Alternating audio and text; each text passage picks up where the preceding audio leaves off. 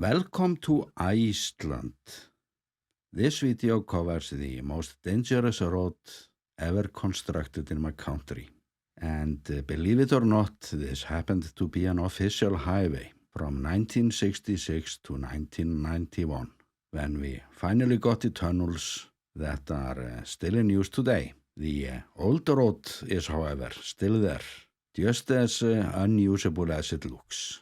And before I do the complete tour with summer view, winter view, and news footage from the time it was constructed, you need to know the backstory. And it started in 1953 in this village, Ólafsfjörður, which was an isolated but thriving fishing village due to its proximity to good fishing grounds.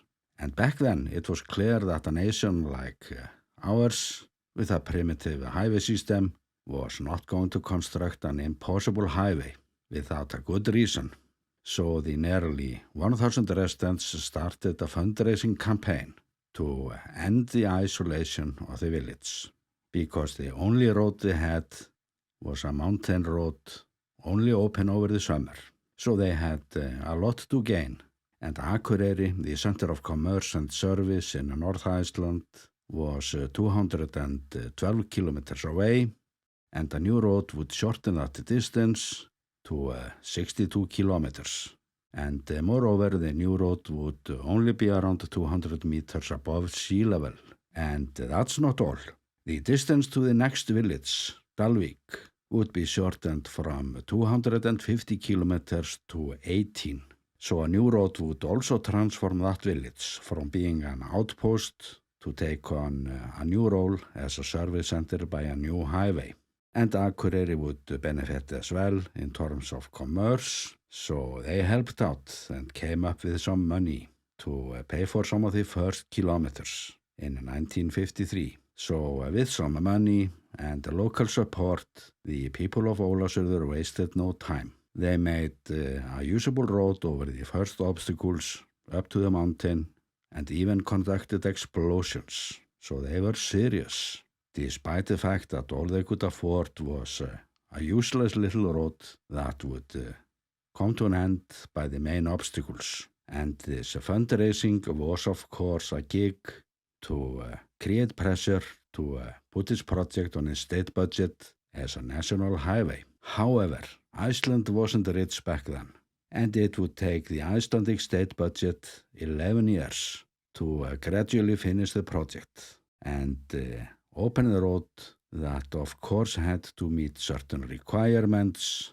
like being wide enough for cars to pass without problems. And during the construction time, this mountain road ate up a big part of the state's road budget.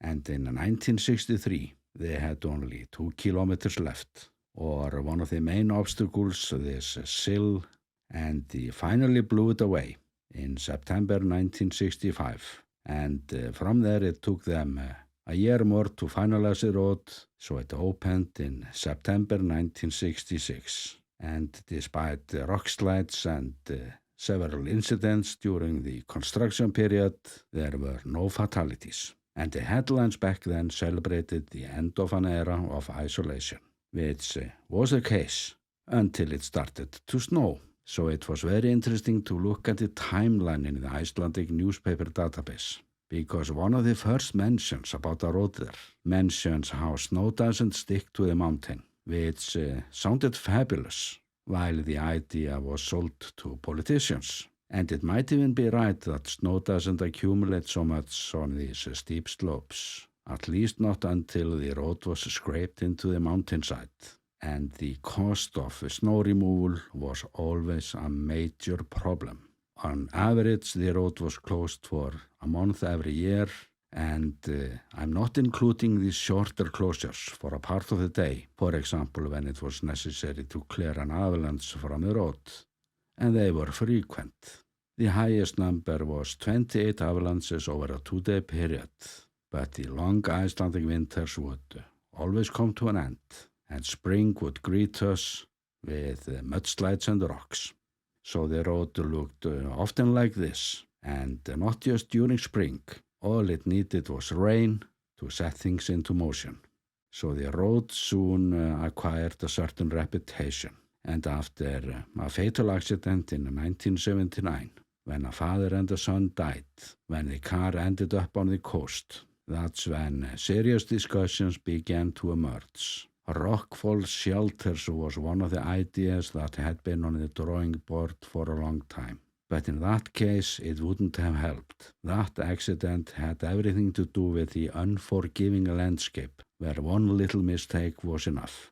So in the early 1980s, the discussion about improvements developed into the demand for tunnels. And after another fatal accident, when young twin brothers died in 1983, there was no going back with the tunnel demand. And what came out of it was 3 tunnel construction projects, formally put on the state budget. These projects were prioritized. Ólafsfjörður got the first tunnels, and although they are today substandard with only 1 lane, dark and uninviting for tourists who often don't know the main rules of how to pass cars there, they are still in use today. And the old road is also there as a monument to a bygone era. It did end the isolation for the most part. It carried the village over an era and paved the way for more modern solutions and other tunneling projects that I will cover in a separate video series later on.